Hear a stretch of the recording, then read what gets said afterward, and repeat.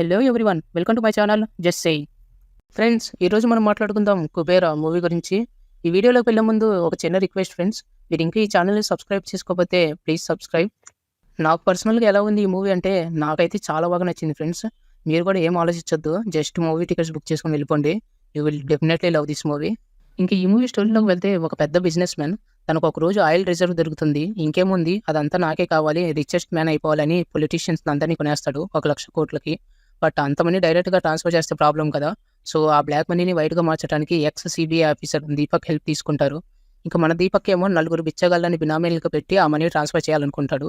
ఆ 4గురిలో ఒకడే మన దేవ. బట్ దేవ కొన్ని సిచ్యువేషన్స్ వల్ల వాళ్ళ నుంచి తప్పించుకొని వెళ్తాడు. మరి దీని తర్వాత ఏమైంది, దేవ వీళ్ళతో ఎలా ఫైట్ చేశాడు అన్నదే ఈ స్టోరీ. ఇంకా మెయిన్ లీడ్ యాక్టర్స్ పర్ఫార్మెన్స్ గురించి మాట్లాడుకుంటే మెయిన్గా ధనుష్ గురించి మాట్లాడుకోవాలి. He steals the show. అంతే, one of the best or the best performance ఇచ్చాడని చెప్పుకోవచ్చు. ఇంట్రో సీన్ నుంచే మీరు ఆ క్యారెక్టర్కి కనెక్ట్ అయిపోతారు. ఎక్కడ మీకు ధనుష్ గుర్తురాడు అనమాట, అంత న్యాచురల్గా చేశాడు తను.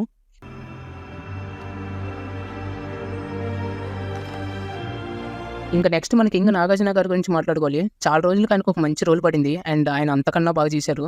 చాలా సటిల్గా ఉంటుంది తన యాక్టింగ్ ఈ మూవీలో. ఇంకా మన నేషనల్ క్రష్ రష్మిక ఈ మూవీలో మెయిన్ లీడ్గా కాకుండా సపోర్టింగ్ రోల్లో చేశారు. బట్ చాలా బాగా చేశారు తను. ఫస్ట్ టైం నాకు రష్మిక యాక్టింగ్ నచ్చింది. ఎందుకో నేను తన యాక్టింగ్కి కనెక్ట్ అవ్వలేను, బట్ ఈ మూవీతో ఆ బాధ కూడా పోయింది.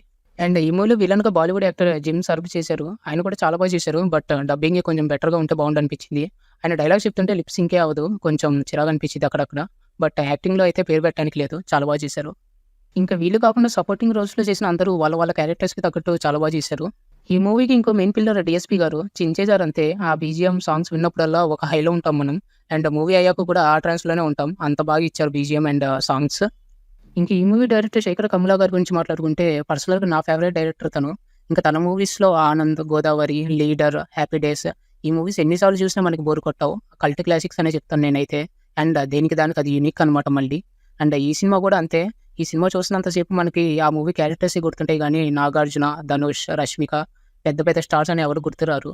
Just 3 hours of pure story telling, pure cinema అంతే. Thank you sir. ఇంకా టెక్నికల్ డిపార్ట్మెంట్స్ విషయానికి వస్తే cinematography, art direction, screenplay అన్నీ చాలా బాగున్నాయి. బట్ నాకేం నచ్చలేదు ఈ మూవీలో అంటే, మూవీ రన్ టైం 3 hours పైనే ఉంటుంది. బట్ అక్కడక్కడ స్లోగా అనిపించింది మూవీ, ముఖ్యంగా మూవీ ఫస్ట్ హాఫ్లో. అండ్ ధనుష్, రష్మిక క్యారెక్టర్స్ మధ్య ఎమోషనల్ కనెక్ట్ కూడా ఎక్కడో మిస్ అయిందని అనిపించింది నాకు.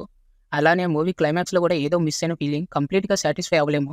బట్ ఓవరాల్గా బిగ్గర్ పిక్చర్లో చూసుకుంటే మాత్రం అవి పెద్దగా నెగిటివ్స్ లాగా అనిపించవు. ఇది గైస్ కుబేరా మూవీకి నేను ఇచ్చే రివ్యూ.